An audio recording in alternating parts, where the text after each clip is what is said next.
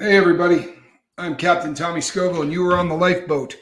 Sorry, running a little bit late. I blame Spanx Calhoun. It's good to see Alan Ballantyne in the crowd. Alan works, and with the time difference, he catches every show, but he always catches them on repeat, very often. So I love it when he's in the audience. I really do. Spanx, great job last night. I really appreciate you being here. You know it's a good subject when the show is 3 minutes in and the chat is already at a 7. That's a really, really good sign. John Doe, I'm here for you, bud. I need one too. So we're in good shape. We've got it going on. This is a subject matter that, boy, you could just do a rabbit hole on this puppy and spend the rest of the year sort of deep diving down into the rabbit hole that is social media. It is a absolute terrifying thing. When social media was first conceived, it was one of the greatest concepts in the world. This is what they conceived. We got people from Australia. We've got people from Ireland. We've got people from Scotland. We've got people from, I don't know, at last count 47 countries or something like that. We're all over the world. And what has brought us together is what we have in common, not what separates us. And that's what social media was supposed to be. In theory, it was a way for information to get to people all over the world at lightning speed. And it gave us the opportunity to spend time with people from various cultures and various walks of life, to let us all know that it doesn't matter who's sitting in the presidency or the prime minister's seat or the dictator, that as human beings, we're all the same. Governments might be different, points of view might be different, but we are absolutely all the same person. We really are. And that's what the design of this was supposed to be. Sadly, as happens so often, the greatest laid plans of mice and men have gone wildly awry. Social media addiction is listed as the number one problem in South Korea currently. And I would say that it's probably the number one problem on the planet. It's just that they're far more open and they're far more honest about where they're at right now than most of the world is. So I want to start off by distinguishing between the use of social media and social media addiction, because they are two very different things. Social media is a fantastic tool. And when it's used properly, if you're spending 45 minutes to an hour a day on social media, and that is basically has replaced watching local news, watching national news, the time that you spent reading, if you're reading things on social media, then there's probably not an issue for you in your life. So how do you define whether or not social media is an addiction for you, or if it's just something that you use? I would say the same way that you do with any other addiction, right? What is an addiction? It's when you continue to do something habitually, in spite of the fact that it's having very negative effects on your life. So if you work at an office job and you just got fired because when the boss came in for the 5th day in a row, you were checking your Instagram account or you were Snapchatting with somebody, well, then that's a negative effect. That would make most people go, damn, I'm never going to do that at work again. If it's not causing you to change your behavior, then more than likely it has reached an addiction stage. And this is something that, depending on who you believe, because there's so many statistics out there currently, but the average user of social media spends 1 hour and 45 minutes a day on social media. Believe it or not, that falls well within the guidelines of being considered normal. That is not excessive in most people's views. Now, you can think you're addicted when the notifications are like Pavlov's dog for the bell. Yeah, there's something to that. I've used this illustration before, but when you land on an airplane and you're taxiing down the runway and you hear ding, ding, ding, ding, ding, ding, ding, and every single phone in that cabin, you're hearing all of the notifications that have been turned off for hours, and everyone, just as fast as they can, are checking to see how many likes and shares they got on their last tweet. So if we start going down that, when we start talking about social media, it obviously takes a lot of forms. There are people that would not describe YouTube as social media, but most assuredly it is, right? If there's the ability to leave comments, if there's the ability to give a thumbs up and a thumbs down, that's usually a pretty good sign. So we're talking about Facebook, TikTok, Instagram, Snapchat, Twitter, YouTube, and all of the other YouTube-like channels like Rumble and all of the others.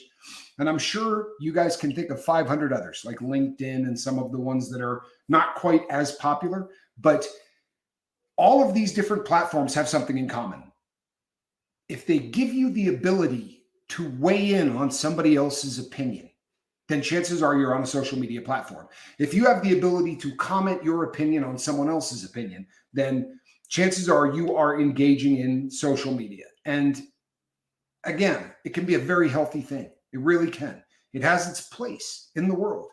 And it's definitely a genie that is not getting put back in the bottle. Until the world ends, there's going to be some form of social media. Not sure how long that will be. But for the time being, we most assuredly have a very large presence of social media on this planet. Notice my eyes are not as squinty as they were. I'm having a much easier time reading this. I still have a headache, but not like I did yesterday.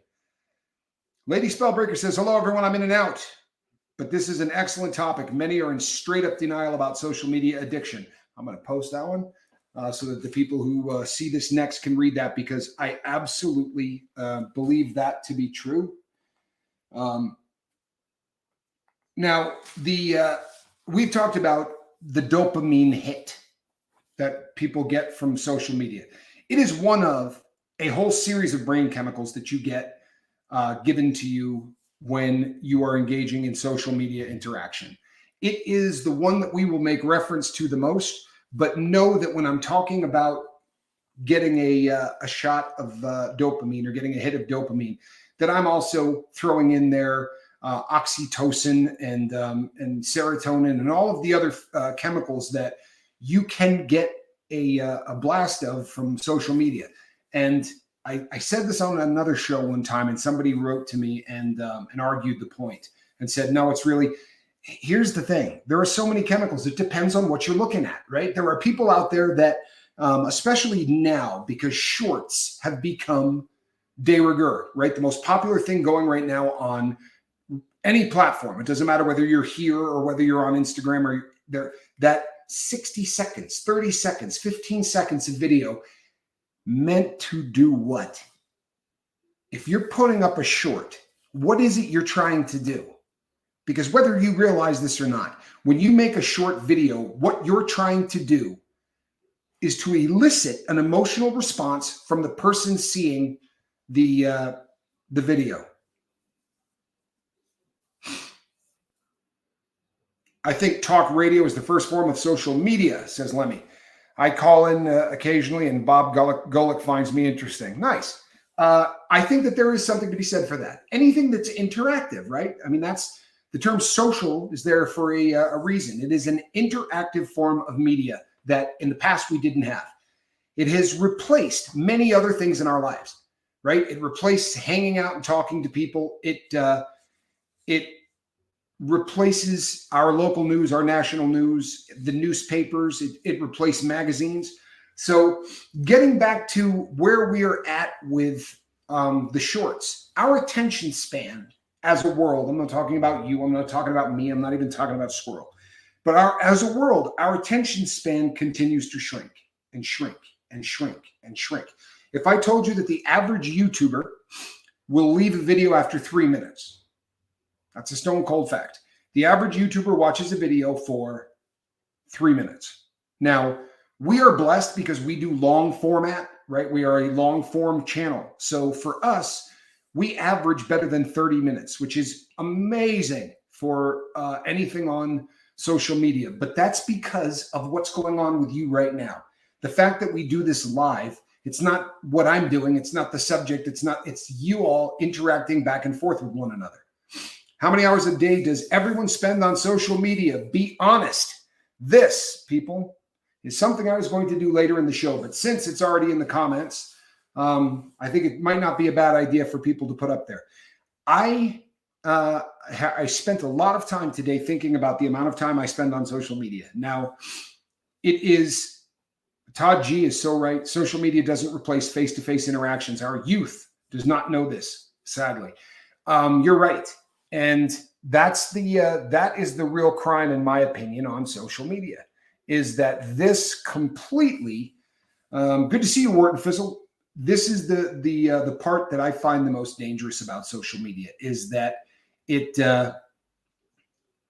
people are neglecting that face-to-face, and you can connect on social media. The lifeboat is proof of that. But yeah, the chat is fast tonight. We are on about an 8 or a 9, which is about as fast as it goes.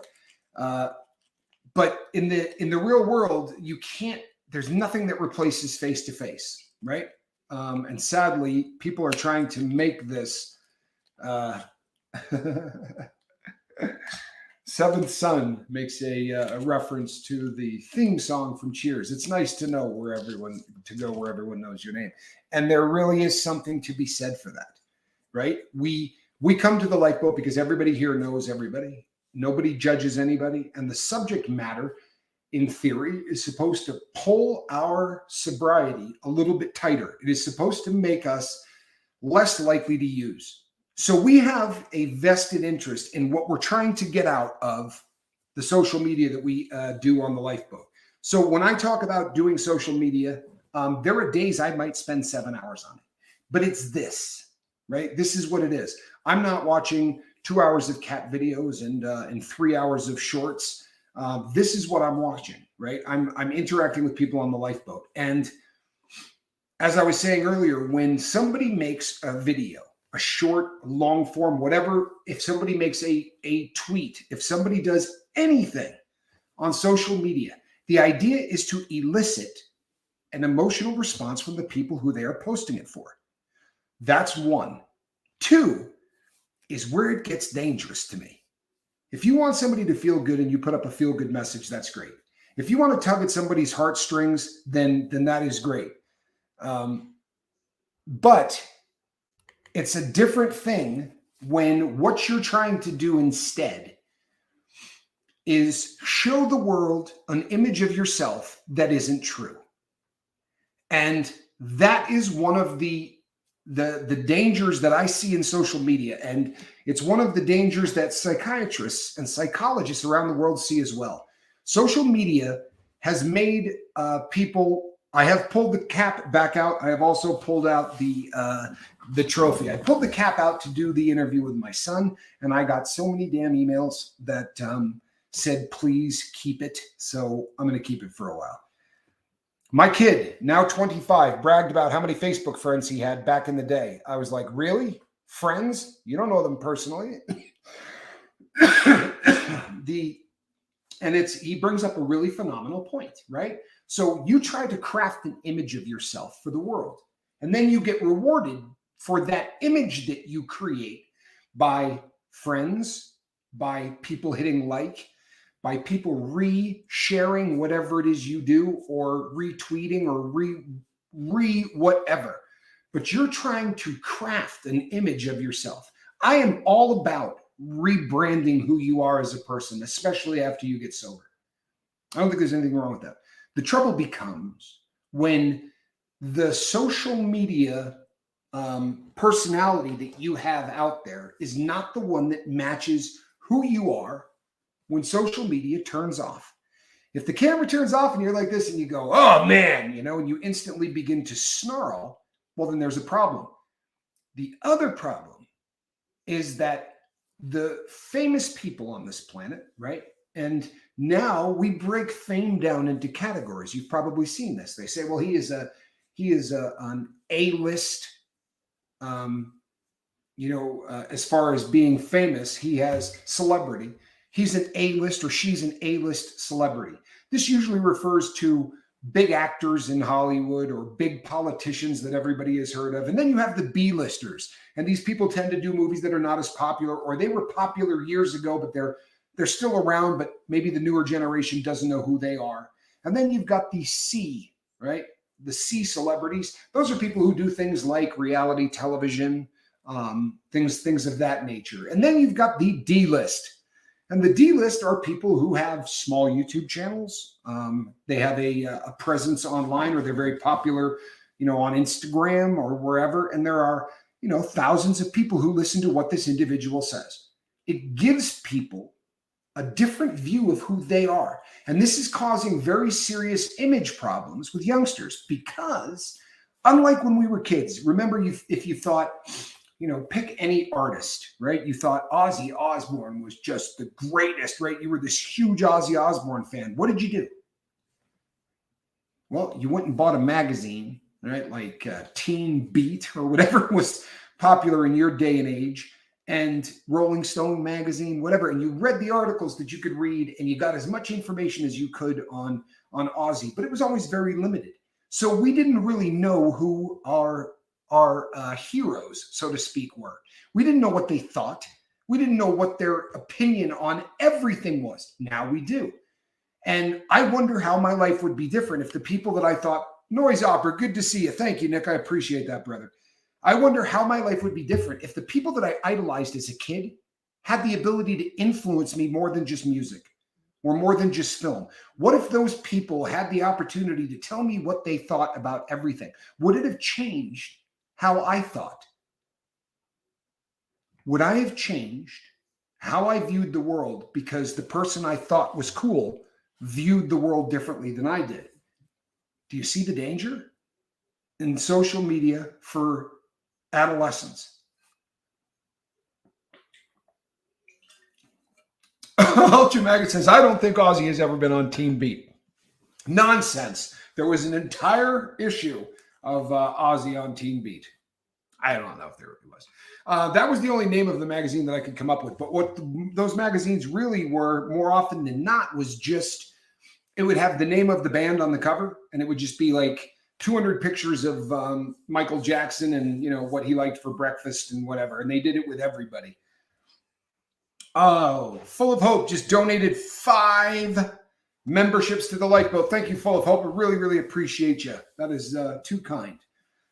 Full of Hope, our crew member from Ireland. They really, really appreciate you. Leisure, how are you feeling, brother? Sorry, we're going to stop the show for a sec because I've been praying and worried about Leisure. Although I don't see him, but I did see Miss V say hello to him. So, well, if you're here, I would love to hear that you're doing well, my brother. A little worried about you. So now we have the opportunity for all of these people to, I'm with you. Thank you, Full of Hope. It's really, really appreciated. When you say Ozzy, all I hear is Sharon. Yep, I understand that. That makes perfect sense to me. Makes absolute perfect sense to me. Thank you, Heather Joy. I agree. This is the best crew anywhere. No two ways about it. So here we have what I would like to believe is very healthy social media. I really do. But this has spawned an entirely new culture. Now, when we really love somebody, the ability to take that person, he could be a guy on the street corner begging for money who has a really phenomenal voice. And the next thing you know, he has a radio show and he's famous. You probably know the person that I'm talking about, right? It can be James Hetfield has relapsed. And now I have more clean time than him, which means nothing. But he is still an inspiration to me because he dusted himself off and is doing it again. And he was honest about it. This is new to me, but good for him. It happens. I'm really glad to hear that the front man from Metallica got back up and dusted himself off because he's an inspiration to a lot of people. And I'm hoping that, this is what the power of social media, right? Here's a great example right now of the power of social media. There's a lot of people that really look up to this guy. And if you're on dope and your hero is coming out and saying, I just got clean, right? Or I just relapsed, but I'm getting back up and I'm dusting myself off and I'm going to continue to do what I'm doing. That's a powerful use of social media. It's a positive use of social media.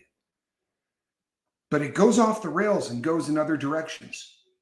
And it gives you an opportunity to see things in a way that you may never have thought you were going to see them. I have seen things recently. When I was doing this dive on social media, I came across a clip of film of a woman who was canceled in Central Park for calling the police and saying that there was a black man, right, that was threatening her and that, he was scaring her. She had a dog at the time.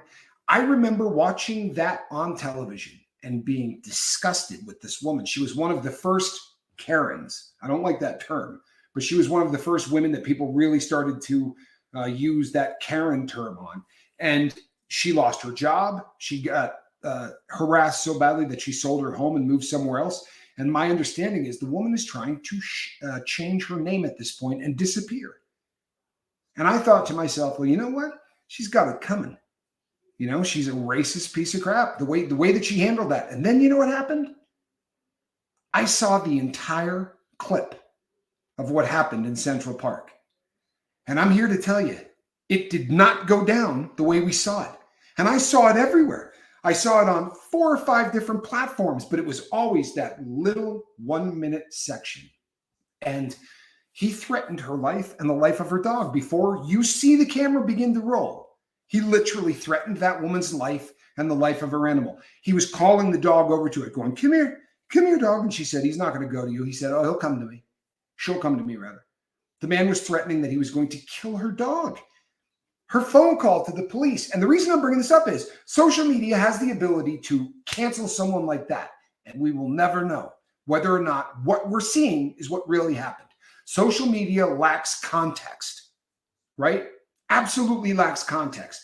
If you take what I'm talking about right now and you back up and you just take that 15-second clip where I said, that woman has had to move, she's been harassed, and you know what? I think she has it coming.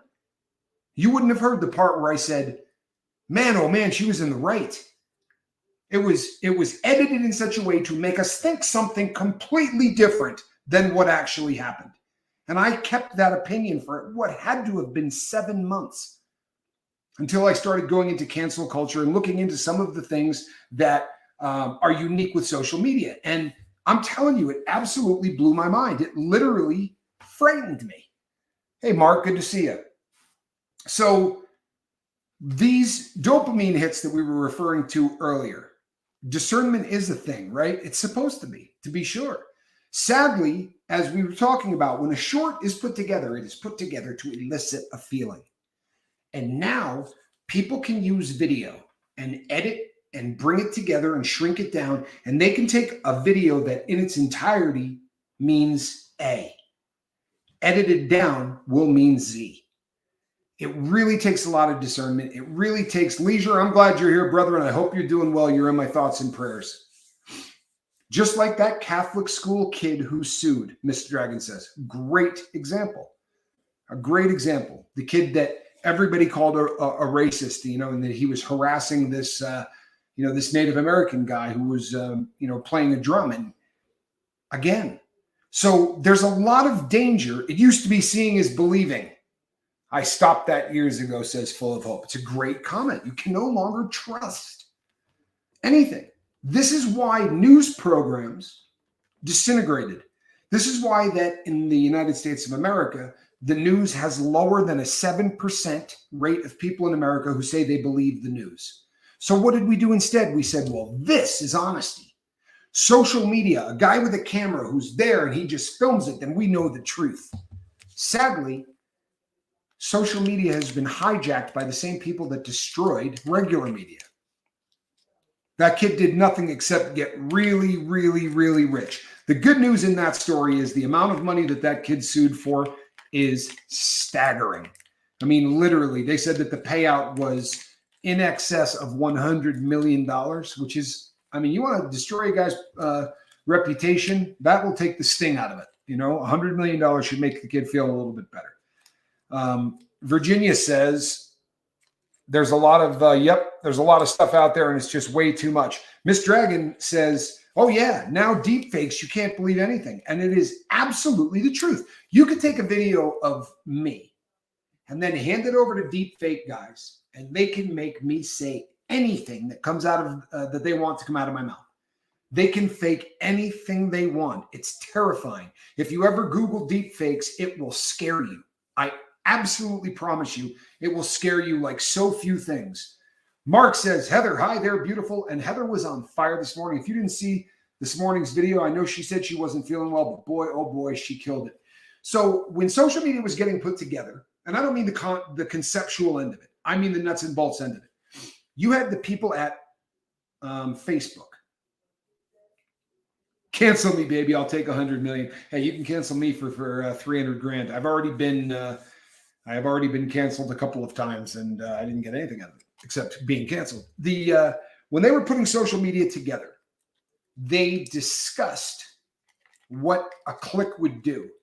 They actually talked about getting dopamine into a person. They talked about how the getting a like or getting a thumbs up or a thumbs down or getting something retweeted or getting something. They coined the phrase dopamine hit.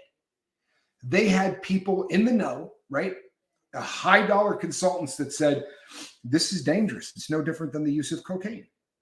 That, by the way, social media as a drug most closely mimics the effects of cocaine. It is a very short acting, straight up, straight down kind of a situation. So I will keep going back to they're doing this with the intent to elicit an emotion. And there's nothing wrong with that, right? Well, there isn't. If you're making a cat video and you're showing people just the most beautiful little animals running around and being funny or being evil and making you laugh or whatever the case may be, or they show you somebody that saved an animal from a shelter and it's heart-wrenching, right? I mean, everybody loves those stories. You see the dog that's just shabby and just looking miserable and shaking, and the next time you see it, right, all in 60 seconds, the next thing you see is they're taking it into PetSmart and they're buying it some toys, and the dog's walking around with a stuffed animal in its mouth. And then magically, that fast, 4 months has gone by in 1 second, and now you see this dog healthy and happy and playing in the backyard, and it's a beautiful thing. And your brain is going to reward you for watching that beautiful thing. Oxytocin, that feel-good chemical that just makes you want to love everything, you're going to get a good blast of that. And then what do? We scroll to the next one, right? And what's the next one? Well, the next one is a guy with no ropes who is climbing the tallest tower in the world. Right? The Wiz Khalifa thing, whatever that building is called. I don't think it's Wiz Khalifa, but it is the Khalifa something tower. And he's climbing this thing freehand. And then the next thing you know, right? He climbs this, which is about a 6-hour journey, but it's condensed to 30 seconds. And then he's at the top of it where he's putting a French flag or a flag of some kind on the very top. And you see the look down, instant vertigo. Right? You're looking from the highest point in the entire world, and he's hanging on with one hand. And literally, you get a shot of adrenaline. And that's what they wanted you to get. There's that shot of adrenaline. Or the guy riding his mountain bike on the top of a mountain, right on the peak. And he's pedaling and jumping and turning the wheel and then just pedaling. And for that 60 seconds, your heart's right in your throat. Right? You see what's happening? Your emotions in the course of 10 minutes will go on an absolute roller coaster. And then the next thing you're going to see is somebody that's talking to you about who just got put on a Bud Light can. And now you're either disgusted or you're angry or you're happy as hell, depending on how you view old Dylan Mulvaney. But either way, you're on an emotional roller coaster like this, right? Look, I've done a lot of dope. But even if you're speedballing, there's no way to take a person on that kind of an emotional ride. It's like, Valium, I'll eat some Adderall, some mushrooms, right? And then I should probably get some Prozac in there, right? We're going to make sure that, and then selective serotonin reuptake inhibitor. And if you took all those, it would do the exact same thing that watching 10 minutes of shorts on TikTok or on any of these other social media platforms. So you can see the danger in this. And I'm 50 freaking 3. What kind of danger would that be if I was 6? What's the long-term effect of riding that emotional roller coaster and that cocktail of brain chemicals every single day from the time you're 6 to the time you're 22? What's that going to do? You know the answer to that, right? We don't have any idea what it's going to do. We can't look at the last 2 generations and see what happened, because there's just no data yet. I'd be willing to go out on a limb and tell you that it's not going to be a good thing, right? It is not going to be a good thing. Oh, Virginia, good for you for not getting angry, but I'm sorry to hear that you dropped your phone. But you know what? Sometimes I think we'd all be better off if we all shattered our phones. Now, here's where it gets scary, and we've done entire shows on this, so I'm not going to spend a tremendous amount of time on this. But there is a state in the United States of America, I believe it's Wyoming, that just was the first state in the U.S. to ban TikTok. Now, trust and believe this is going to go to the Supreme Court of the United States. There are all kinds of appeals that are, people are fighting this tooth and nail, and with good reason. I don't have a TikTok account, so don't get mad at me. But there are a lot of people out there who are making a lot of money on TikTok. Now, obviously, they don't want to see this go away. And TikTok's making a lot of money. They don't want to see it go away. And then there are people who are just damn entertained by it. And why wouldn't they be? It's a drug, right? It's a drug. The difference between TikTok, now don't get me wrong, all of them do it, but TikTok has got it to a science. While you're watching TikTok, TikTok is watching you. And I don't, people say, well, I don't do anything that's really going to, forget what they're keeping. Forget that they have pictures of you and your girlfriend naked. Forget that they know every single person in your family. And forget that they know how much you spend on everything and they can advertise. Forget all of that. They are determining what you will think. And if you think I'm wrong, years ago, there was a business group in the United States called Income Builders International. They went out of business. It was a great concept in the beginning. It really was. But I went to a pitch meeting for some people. And we were the first class after the 9/11 accidents in New York, tragedy, attacks, whatever you want to call them, when the buildings came down. So this was 2001, right? Probably October of 2001. And they put us in a room. And when we walked in, there were probably 6 or 8 dozen roses on every single table in the room. And then sitting next to that were bowls of fruit. And they had all of them super aromatic. The smells were just unbelievable. You walked into this room and just got assaulted with all of these different scents from nature, right? Just attacked.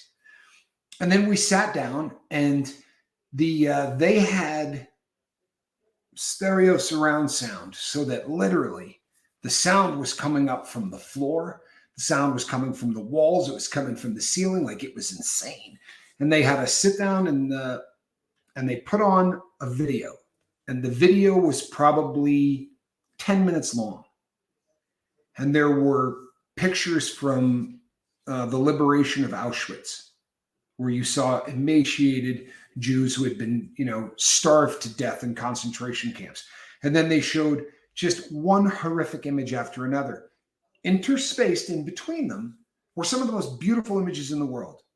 A woman holding a 1-day-old baby, a father walking, a 6'4" tall father walking, holding the hand of his son, who must have been 2 years old, and all of these different, and it's just, they're bombarding us and they're coming really quickly. I would not even be able to watch it today. It would give me migraines.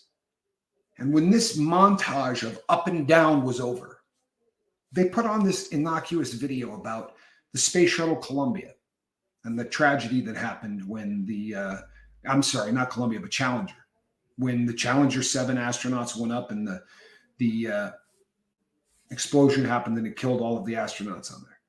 And it was just another quick 8 to 10 minute video. And when that video was over, we ate, we hung out, and the guy comes up on stage and he says, what you just saw was how we will teach people in the future.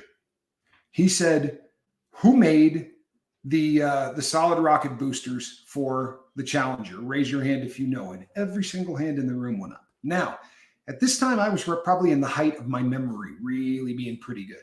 And I knew every single question he was going to ask. But normally I would have been the only one in the room that did. Every question they asked, hands went up. And I mean, some of them were just things that weren't in your face, just sort of said, not the bullet points. But what they were proving was if you can take a person's emotions and twist them, emotion and memory are tied together like nothing else. So if they can get your emotions on edge, whatever they give you next, you're never going to forget. And this has been the reality of my life, my whole life. I have a very unusual memory, and any memory that is tied to anything emotional, I can remember like it's yesterday. When my son was handed to me the day he was born, I could tell you every single person who was in the room. I could tell you what they were wearing.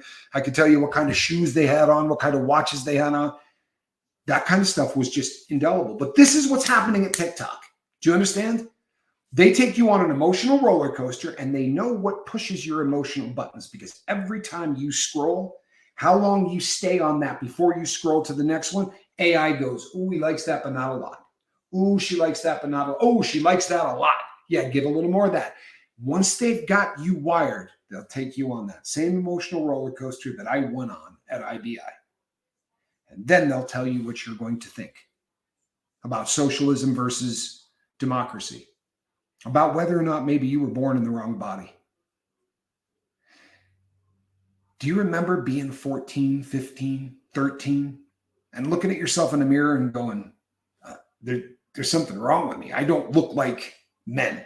I don't look like a dude looks. I mean, I'm watching Rocky 3 and the guy's got pecs out to here, right? And he's chiseled.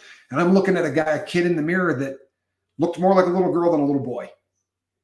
And every single person since the dawn of man has gone through that. But this time, there are people out there that will take you on an emotional roller coaster and then tell you that, why you feel that way. I don't want to go down a rabbit hole that's going to bum people out. I get really mean emails that tell me I hate people whenever I talk about this. But yesterday, I was watching a news program that said if you take LGBTQ3 elemental P, right, that it makes up 7% of the population, and that it is for the most part always made up about 7% of the population. And then the person who happened to be leaning the opposite direction of me, to be sure, said, those numbers hold up and always have, with the exception of the youth, where that number is almost doubled. If the person says that 7% has always been that way, well, then why does our youth today double that?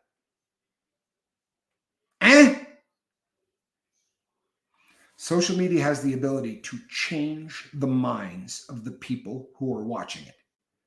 Now, I don't mean checking out your neighbor's vacation on Facebook. That's still going to give you some problems, right? Because comparison is the enemy of joy.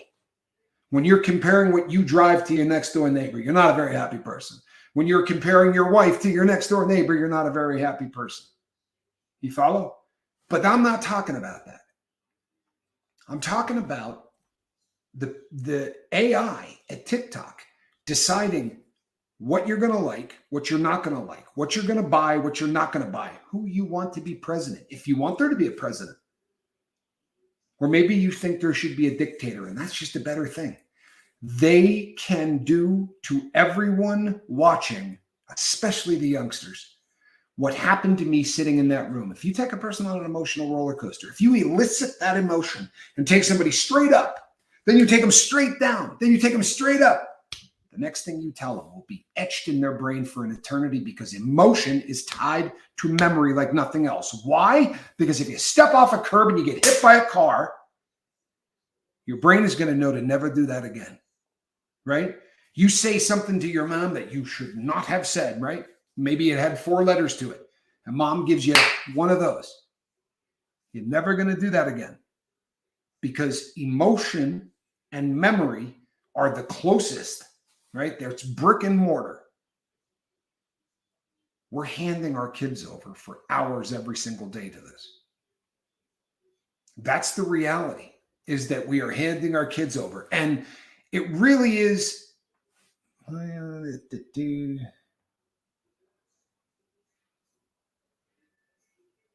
Gotta go. All right, Monk, please be safe.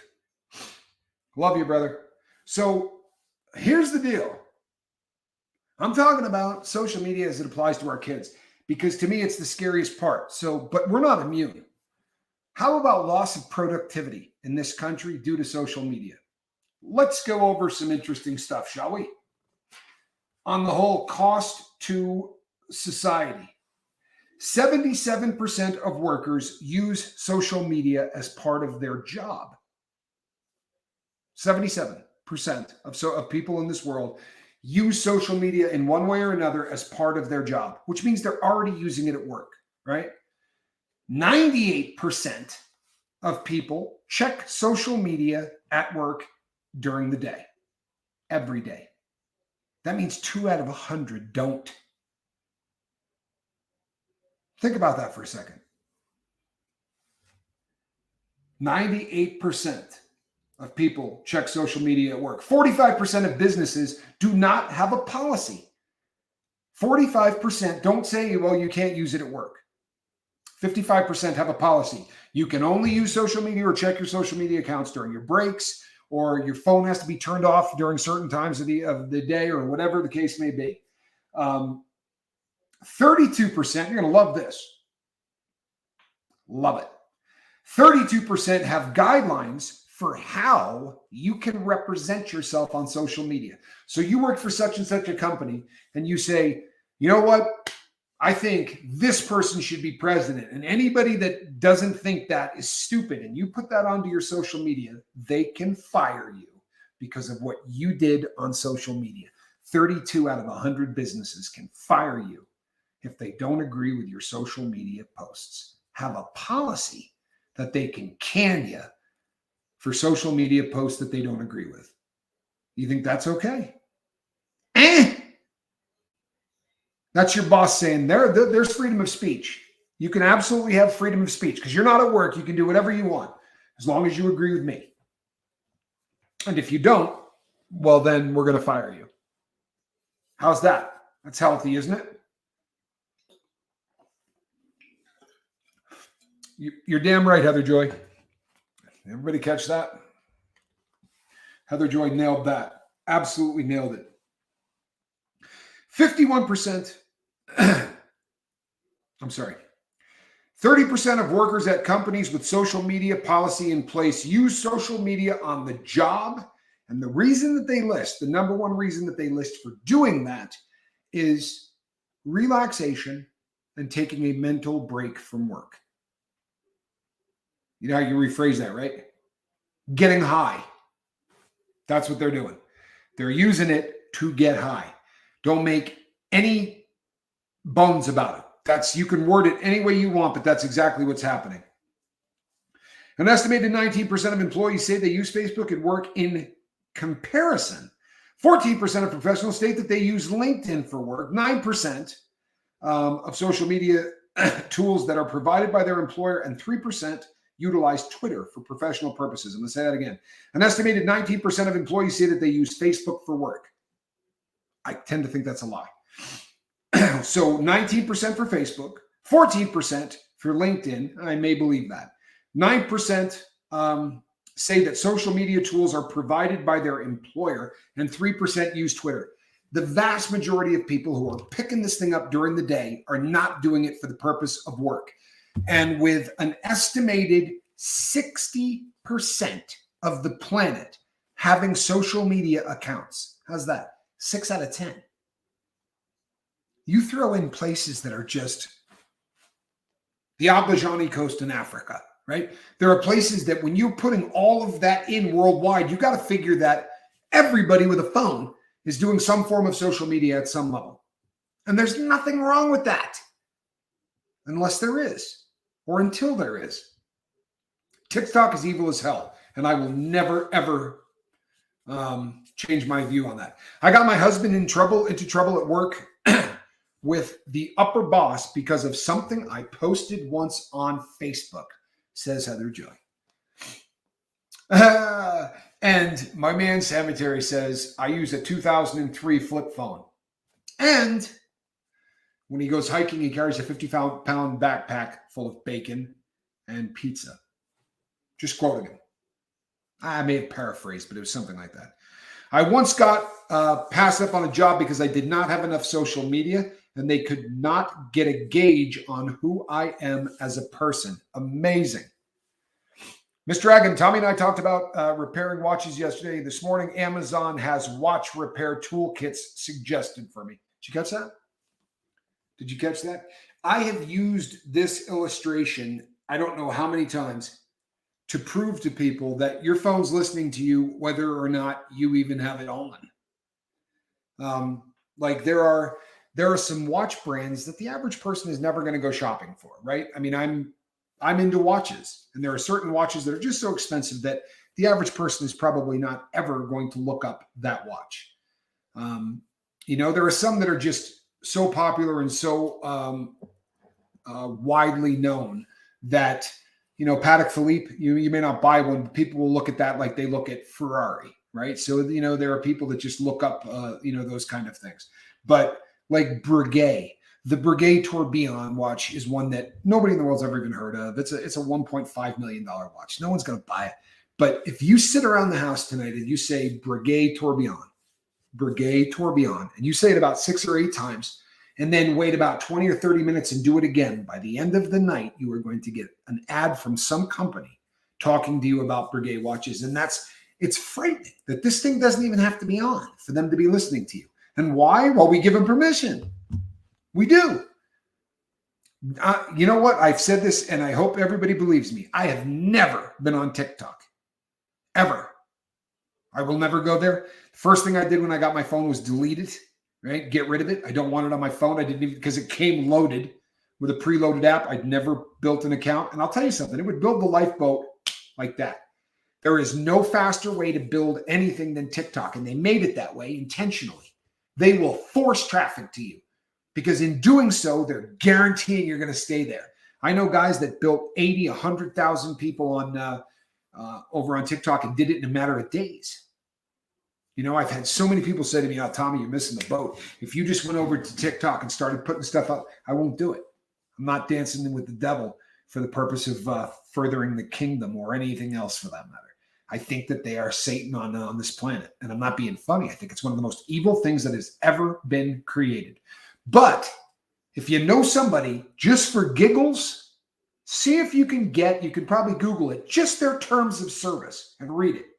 If you start reading their terms of service now, when the lifeboat goes live tomorrow morning, you'll have just finished. But you know what it says? It says that phone belongs to us. As soon as you say agree to this, you hit agree, you're saying to them, there's nothing in this that I don't give you permission to look at, to read, whatever. Here you go. It's yours. I'm not kidding. But are you familiar with the term FOMO? All right. We all know the acronym FOMO, fear of missing out. FOMO has been the greatest tool for social media attacking our kids.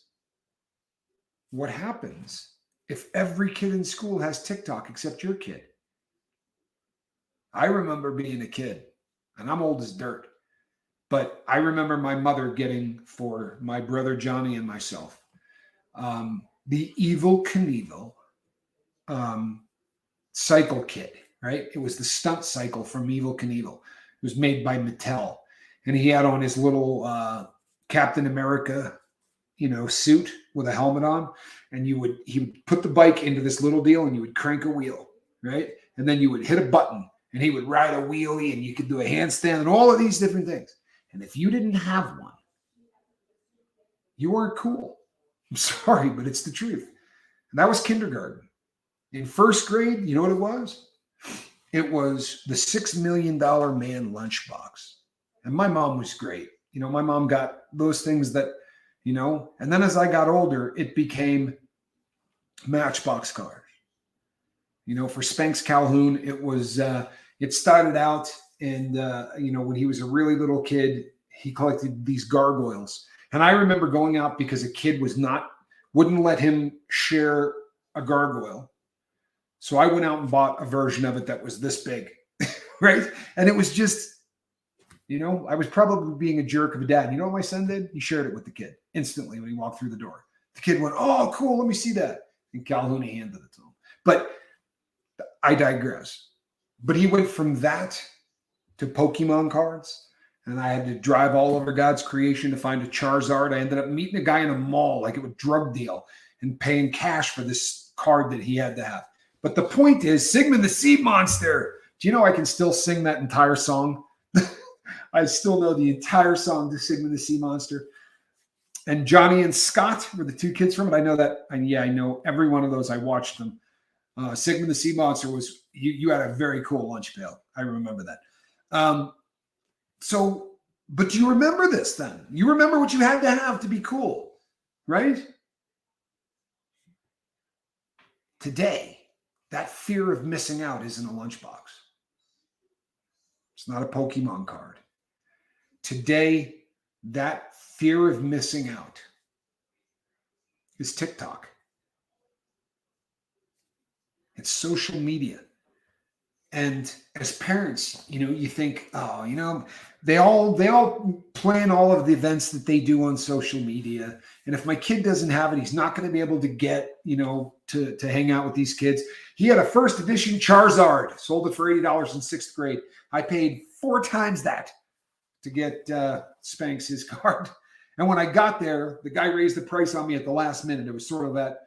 And I remember standing there with his kid, with my kid were both there, and I had to do this one. And I went, I'm giving you the original price, or I'm taking you into the parking lot. Like I was trying to be a G.I. Joe, huge. Barbie, right? G.I. Joe that had fuzzy hair and was bigger than Barbie, huge. I remember that. Yep. But fear of missing out is huge. Absolutely huge. They know it. They absolutely know it. The challenges that they do on TikTok, they are done to promote fear of missing out. All of these kids in school are going, did you do this challenge? Let me see the video. And your kid's going, my dad won't let me be on TikTok. It's pretty sad, isn't it? But that's where we're at. Big Jim and his pack. Yeah, I remember that as well. I made all my own Barbie clothes. Virginia, that is so cool. I know that my sister Scoville, did some stuff like that. That was a big thing. But this fear of missing out, gets good parents who love their kids more than anything in the world to go like this. Here you go. It has TikTok. Doesn't make them bad parents. We talk a lot about the difference between ignorant and stupid. And ignorance comes from not being educated on something yet. Stupid is, I'm educated on something, but I'm going to do this anyway. The vast majority of parents who are allowing their kids on TikTok are just ignorant. They don't have any idea that your kid's watching TikTok and TikTok is watching your kid. And it is going to decide what your kid thinks. It's going to decide how your kid votes when he's 18 or she's 18. This is where we're at. And I find it frightening that we willingly give our kids to the communist Chinese every single day. This addiction is real. It is an absolute real addiction. And here's the question that keeps me up at night. For real. I was addicted to drugs, and everybody here knows that. You know what my drug of choice is. There's nobody here that doesn't know what my drug of choice was. Do you think I'm more susceptible to getting addicted to, say, cocaine because I was addicted to opiates? Do you think I'm more susceptible to becoming an alcoholic because I was addicted to opiates? Do you think that once you're an addict, it is easier to become addicted to something else? Do you think that the brain changes once you become an addict, and that behavior of, I don't care if it's doing me damage or not, I'm going to do it? That's addiction, right? Continuing to do a behavior or a substance in spite of the fact that it's causing very serious negative consequences on your life. So my question is, are you more likely to get addicted to another substance after you've already been addicted? Once the brain has been addicted, are you more likely for that to happen again? The answer to that question is yes. Of course it is, right? So what happens if every single kid that leaves high school is an addict? What if we have allowed our kids, every single one of them, to become addicted to something before they're even teenagers? What do you think is going to happen the first time they do dope? Dope, which, by the way, will be made by the same people that brought you TikTok. They're going to get your kid primed up and ready to roll. Do you know that TikTok in their country does nothing but calculus, grammar, history, civics? True story. There are no dance videos on their version. It's not what it is. They wouldn't allow any of the videos that are posted up there to ever be allowed in their country. Addicted to violent video games, says John Doe. Absolutely. Absolutely. I've worked on the daycare, kids, the damage of social media. Yeah, the damage that's being done is insane. It's absolutely insane. And good parents are allowing this to happen every single day. You know what, folks? This is a crying shame. We're going to have to do this in 2 parts. I didn't even scratch the surface. I wanted to wrap it up with what I'm talking about, but there's so much more that we needed to delve into. I won't do them 2 days in a row because I don't want to bore anybody. But we're going to be revisiting this. In fact, we're just going to have to probably start doing, maybe 1 a week even. We do 14 shows a week. At least 1 a week should probably be on social media addiction. We're all addicts, which means we're so susceptible to becoming addicted to anything. We really are. But I'm worried about our kids. Heather says there were 6 of us kids. Wow. This chat is moving so fast. There were 6 of us kids, and we played outdoors every day. We would go outside, Johnny and myself, and Sister Scoville when she was older than us, so she left for college earlier. But when we went outside to play, we didn't come in until Ma rang the bell. We would go out in the morning, and we would be outside. At lunch, she would usually bring us something out, and you'd eat it while still playing. You grab the sandwich or sit down at the picnic table. In the summer, we'd be in the pool. But from the time we got up in the morning until the time we went to bed at night, the only time we came in is as it started to get dark, we had a bell on the back porch. And Mama Scoville would go out and ring that bell. We had a lot of acres. I mean, I don't know whether it was 100 or 78 or 178. I don't remember. It was a lot. And we just had all this land to play on. And we weren't in a city. We were in the country. You didn't have to worry about somebody grabbing your kid. You didn't have to worry about your kid getting in trouble with this stuff or that stuff. You just had to worry about your kid cutting himself, falling out of a tree,